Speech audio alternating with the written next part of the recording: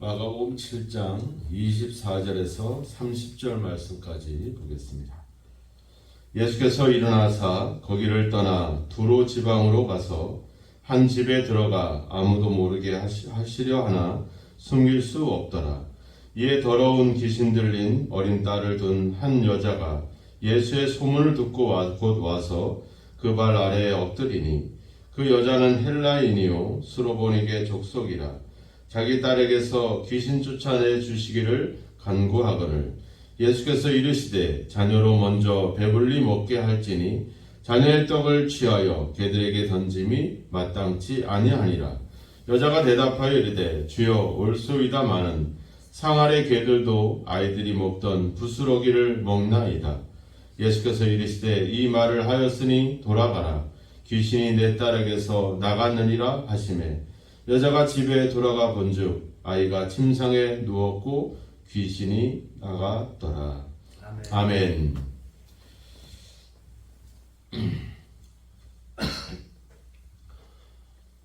예수님과 그 바리새인들, 서기관들 사이에 논쟁이 있었습니다. 그것은 바로 부정에 대한 이야기죠. 즉 사람을 더럽게 하는 그런 문제에 대해서 이런 어떤 전통의 어떤 또 관습에 대한 이야기들을 해왔습니다. 바리새인과 서기관들은 부정한 것이 외부에 있다라는 관점을 가지고 있었고 예수님의 말씀은 그 부정한 것은 바로 우리 안에 있다, 내 안에 있다, 우리 자신에게 있다라고 이야기를 했습니다. 이렇게 관점을 달리 갖는 것을 우리가 잘 유심히 봐야 됩니다. 왜냐하면 외부의 관점이 있고 다른 사람에게 관점을 두고 있는 것은 결국 그 외부에 있는 사람들이나 외부에 있는 환경이나 외부에 있는 음식이 부정하다라는 생각을 갖게 되면 그것들과 자신을 구별시키려고 하겠죠. 그래서 유대인들은 이방인이라든지 또 이런 어떤 음식이라든지 이런 것들을 구별해서 그런 것들로부터 자신을 구별해서 자신은 깨끗하고 다른 것들은 부정하고 이렇게 취급을 하게 되죠. 이런 생각을 가지니까 당연히 다른 사람들과 교제하거나 교제할 수도 없고 거리를 둘 수밖에 없죠. 근데 예수님은 외부에 있는 것이 부정한 것이 아니라 우리 안에 있는 것이 부정하다라고 이야기를 했어요. 그러니까 외부에 있는 즉 세리라든지 죄인이라든지 이런 사람들이 부정한 것이 아니죠. 그러니까 그들과 함께 교제하고 그들과 함께 이야기를 나누고 시간들을 보낼 수가 있는 거죠. 그러니까 우리가 사람들이 부정한 것이 아니라 내 안에서 나오는 것이 부정하다고 생각하면 내가 말하는 것이나 행동하는 것을 우리는 절제할 수가 있게 되죠. 그리고 다른 사람들과 교제하는 것이 그렇게 거리감이 있거나 그들로부터 우리를 분리하려고 하진 않겠죠. 이런 관점을 우리가 잘 가져야 된다라고 하는 겁니다. 우리가 누군가 이야기를 하고 또 토론을 하고 의견을 나눌 때에도 저 사람은 왜 나랑 생각이 다를까? 이게 아니라 반대로 생각해보면 저 사람의 입장에서 봤을 때는 내가 생각이 다른 거잖아요. 그죠? 그러니까 어떤 관점을 어디에 두냐에 따라서 생각이 달라지는 겁니다. 우리가 설한 사마리아인의 비유에 보면 강도 만난 사람이 나오잖아요. 그러니까 그 사람을 부정하다고 생각하니까 어떤 그 제사장이라든지 레위인은 그 사람을 가까이 할 수가 없는 거죠.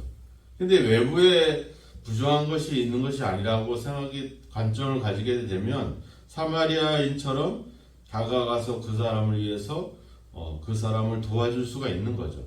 내가 부정하고 내 안에서 나오는 것이 부정하다 생각이 드니까 당연히 그들을 위해서 내가 더 희생하고 헌신할 수 있는 그런 마음들을 가질 수가 있게 되는 겁니다.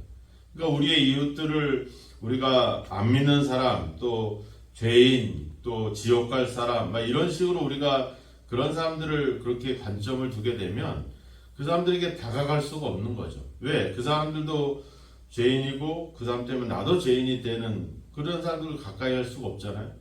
근데 예수님과 같은 어떤 그런 관점을 가지게 되면 결코 외부에 있는 것이 또 사람이 어떤 환경이 부정한 것은 아니니까 우리가 그들에게 다가가는 것이 그렇게 거리낌이 없다라고 하는 사실입니다.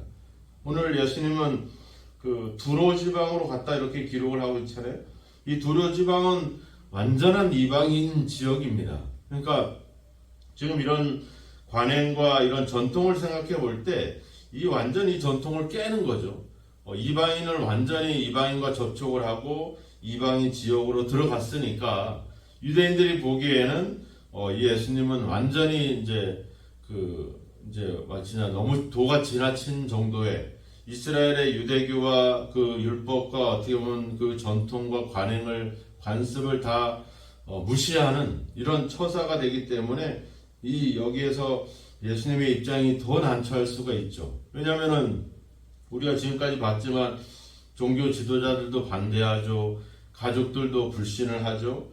제자들도 의문을 품고 있기도 하고 또 많은 무리들은 예수님을 제대로 알고서 따르고 있지도 않고 또 악한 귀신들, 악한 영들은 끊임없이 예수님께 도발하고 있는 이런 상황에서 그렇게 이방 지역을 갔다라고 하는 것은 어떻게 보면은 더 크게 어떤 논쟁거리를 만들 수 있는 이유가 되는 거죠.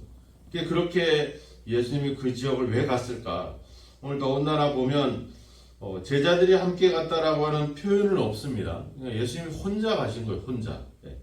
혼자 24절에도 얘기하잖아요. 아무도 모르게 하시려고 했다. 그러니까 혼자만의 시간을 가지려고 했다라고 볼 수밖에 없죠. 그런데 결국은 또 그렇게 혼자 있을 수가 없죠. 우리가 뭐 6장이나 이런 데도 가보면 제자들과 한적한 곳에 가서 좀 쉬려고 했지만 사람들은 이미 예수님을 알아보고 예수님보다 먼저 그곳에 도착해 있는 그런 일들이 있죠. 그러니까 뭐 이미 예수님에 대한 소문이 유대 지역뿐만 아니라 이방 지역까지 퍼져 있는 상태라 예수님은 결코 혼자 있을 수 없는 그런 상태가 되었다라고 하는 거죠. 거기에 누가 등장을 하냐면 이 수로보닉의 여인이 등장을 합니다. 26절에 보니까 헬라인이요 수로보닉의 족속이었다. 그러니까 어떤 국적이 다르다 이런 표현보다는 이 헬라인이다라는 표현은 이제 종교적인 구분을 보통 이야기할 때 구분을 보통 짓기도 합니다. 종교적으로 이해할 때 이 여인은 유대교인이 아니라 이교도인, 다른 종교를 가진 그런 여인이다 이렇게 볼 수가 있는 거죠. 근데 이 여인에게 예수님이 이 여인과의 만남을 사람들이 핑계 삼아 예수님을 더 비난하고 욕할 수도 있겠죠. 근데 예수님이 지혜로운 말씀을 하십니다. 27절에 보니까 자녀로 먼저 배불리 먹게 한다 이렇게 나오죠. 그러니까 이 자녀라고 하는 게 누구를 얘기하는 겁니까? 유대인들을 얘기하는 거잖아요. 유대인들 그러니까 자녀로 먼저 배불리 먹게 한다 이렇게 아주 지혜로운 대답을 하십니다. 왜냐하면 이 얘기를 듣고서 유대인들이 반대할 이유는 없잖아요, 그죠? 예수님도 유대인을 먼저 생각하는구나 이런 입장을 갖고 있기 때문에 뭐 이 대답은 상당히 예수님께서 지혜롭다라고 볼 수가 있는 겁니다. 그런데 여기 보면 재밌는 말을 하잖아요. 자녀로 먼저 배불리 먹게 한다 이런 나오죠. 그러니까 자녀만 배불리 먹게 한다는 뜻은 아니죠, 그죠? 그러니까 순서가 있다는 거죠. 먼저는 자녀를 배불리 먹게 하고 그 다음에는 다른 어떤 대상으로 배불리 먹게 한다 이런 의미가 담겨져 있는 겁니다. 그러니까 이 이방인의 입장에서는 이 스로보닉의 여인의 입장에서는 이 이야기가 부정적인 얘기는 아니죠, 그죠? 뭔가 가능성이 있고 그래도 조금은 약간은 실망이 되지만 그래도 희망이 있고 만족할 수 있는 대답이라고 볼 수 있어요. 여기서 개들에게 던짐이 마땅치 않다 이렇게 나와요. 그러니까 이 개들이라는 표현이 이제 우리가 생각하기에는 뭐 막 그냥 어떤 들개나 막 이런 짐승들을 의미하는 게 아니라 여기서 개들이라는 표현은 바로 그 애완견 이런 의미를 갖고 있는 겁니다. 그러니까 집에서 이렇게 마치 뭐 그때는 안 그랬지만 요즘은 우리가 개를 기르거나 고양이를 기를 때 마치 가족처럼 기르잖아요. 그런 대상과 같이 그런 대상으로 지금 이야기하는 겁니다. 완전히 무슨 개 취급을 하고 막 기분 나쁜 표현들이 아니라 집 안에서 함께 마치 가족처럼 지내고 있는 그런 애완견들을 얘기할 때 쓰는 그런 표현들인데 그러니까 이 예수님의 대답은 어떻게 보면 조금은 이방인 입장에서는 어떻게 보면은 좀 약간 경멸하고 무시하는 그런 표현인 것 같지만, 유대교 상황을 이해하고 예수님이 지금 많은 반대의 입장에 있는 그 예수님의 입장을 생각해 보면 이 표현이 그렇게 뭐 아주 모질거나 이런 표현들은 아니라고 하는 겁니다. 그리고 앞서 얘기했듯이 먼저라고 하는 이 표현을 통해서 이미 이 다른 대상들, 이방인들을 향해서도 여전히 하나님 예수님의 마음을 열고 있음을 우리가 볼 수가 있죠. 근데 여자가 대답을 하죠. 주여 옳소이다. 무슨 말일까? 예수님이 하시는 말씀이 옳다는 것이죠. 예수님을 뭐예요? 예수님이 하신 말씀을 진리로 또 참된 말씀으로 받아들이고 있다, 이렇게 이야기를 하고 있는 겁니다. 이게 중요합니다. 왜냐하면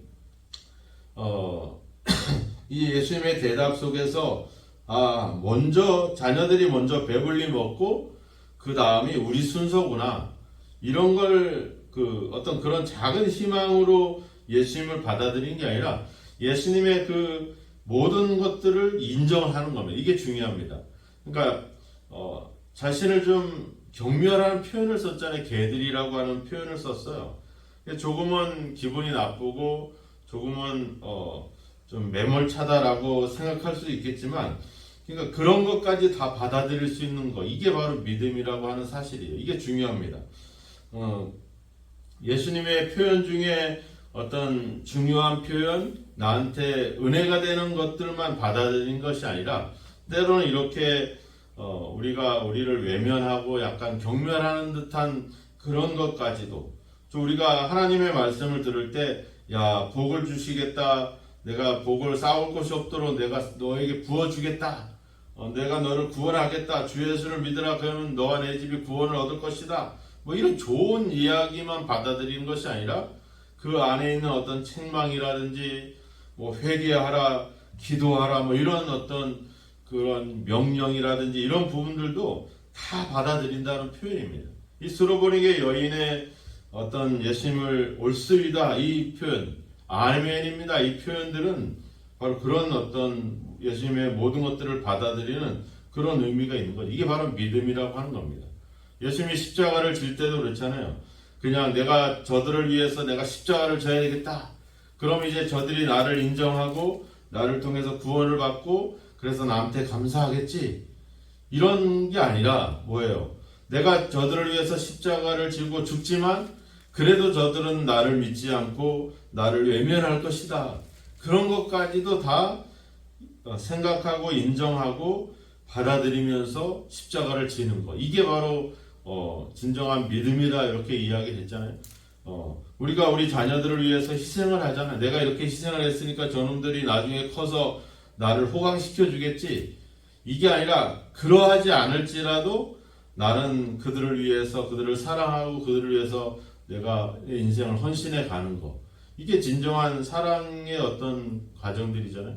그러니까 믿음이라고 하는 것은 그겁니다. 내가 나한테 듣기 좋은 얘기만 듣는 게 아니라 우리를 때로는 경멸하는 이런 표현들까지도 받아들일 수 있는 것. 근데 이 여인이 지혜롭게 얘기하잖아요. 뭐라고 그래요? 개들도 아이들이, 즉 자녀들이 먹던 부스러기를 먹나이다, 이렇게 얘기하잖아요.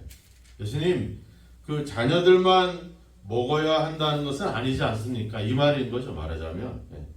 바로 자신의 딸, 이방인의 딸이지만 우리 딸을 고쳐주시기 위해서 굳이 뭐 유대인들과 척을 지거나 유대인들을 향한 예수님의 그 사명을 벗어날 필요는 없습니다, 이렇게 얘기하는 거죠.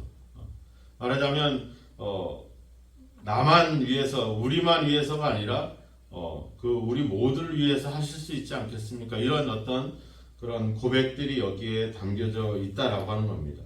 내 필요를 위해서 나만 바라보는 것이 아니라 모든 사람들을 바라보면서 그 중에 저도 포함시켜 주셔야 되지 않겠습니까? 뭐 이런 어떤 의미가 담겨져 있는 거죠. 우리는 그렇지 않잖아요. 우리는 나만 복 받기를 원하고, 어떻게 보면 나만 더 관심을 받기를 원하고, 이게 관심의 초점이잖아요. 우리 교회 성도들이 저한테 늘 하는 말이 있어요. 나 그러면 교회 안 나오겠다고. 저 때문에 그랬던 그런 건 아니고 이제 뭐 다른 이유를 대면서 늘 그런 얘기를 하죠. 그 얘기가 뭐겠어요? 진짜 안 나오겠다 이 말은 아니잖아요, 그죠? 뭐 그렇잖아요. 우리가 뭐 젊은 사람들도 아니고 나이 드시고 막 이런 분들이 지금 다른 교회 가서 다른 데 가서 잘 정착을 하고 거기 가서 또 직분을 받고 사람들과 사귀고 언제 그러겠어? 그러다 보면 이미 세상 끝날 거야 아마. 네. 그 말은 뭐겠어요? 나도 관심을 기울여 주십시오 이런 뜻이 아니겠어요? 저는 이제 그런 마음으로 들어요. 나도 좀 신경 써 주시고 나도 좀 관심을 기울여 주시고 이게 우리의 마음이에요. 하나님 저를 봐주. 그러니까 스로보니게 여인은 저만 보세요 이게 아니에요. 다른 사람들에게 충분히 그런 은혜를 저에게 은혜를 주시고 저의 딸을 고쳐주시는 일에 저만 신경 쓸 필요는 없습니다. 다른 사람들도 다 신경 쓰시고 다 하시는데 거기에 저도 좀 조금 포함시켜 주세요. 거기에 어떤 그 남은 은혜를 좀 저한테 좀 주십시오. 이런 믿음들이 있는 거죠. 나만 온통 신경 써달라고 하는 것이 아니라 유대인들처럼 저들은 개들이고 저들은 부정하고 그래서 저들은 외면하고 나만 보십시오 이게 아니라는 거죠. 예. 바로 믿음이라고 하는 것은 이렇게 모두를 향할 수 있는 마음 이런 것이 우리에게 필요합니다. 예. 바로 예수님이 이 부정한 것에 대한 이야기를 할 때 외부에 부정한 것이 아니 다른 것이 부정한 것이 아니다. 우리 마음속 우리 속에 있는 게 뭐겠어요? 결국 앞에 21절, 23절, 24, 22절에도 이야기했지만 결국 탐욕, 욕심 이런 것들 아니에요? 결국 나만 어떤 이기적인 생각들이 결국 그 자체가 바로 부정한 것이죠. 근데 스로버긴에게 여인도 자기가 자기 딸이 다급하고 큰 문제에 귀신 들려서 고통을 받고 있지만 내 딸만 관심을 기울여달라는 것이 아니죠. 내 딸만 집중해달라고 하는 것이 아닙니다. 또 내 딸 때문에 다른 사람들에게 해야 될 은혜나 예수님의 사명을 저버리라고 하는 것도 아닌 것이죠. 우리 모두를 함께 해달라고 하는 그런 어떤 믿음, 이 고백이 있는 겁니다. 그래서 그 딸은 결국 어떻게 됐습니까? 병이 낫게 되죠. 마태복음 15장에 가보면 이 말씀을 하시던 그때부터 이 아이가 나았다 이렇게 표현을 쓰고 있어요. 그러니까 이 아이가 낫게 됩니다. 결국은 이 표현을 이 상황을 통해서 예수님이 이 땅에 오신 것은 결국 하나님의 나라를 위해서 오신 건데 그 나라가 이제 그 나라에 이방인들도 포함되고 있다라고 하는 것을 여기서 이야기를 하고 있죠. 이제 국경과 종교와 어떤 전통과 이런 것들을 뛰어넘어서 믿음으로 예수님에게 응답하고 있는 모든 사람들을 예수님의 구원에 참여시키게 하는 바로 이 스로보니게 여인의 그 고백을 통해서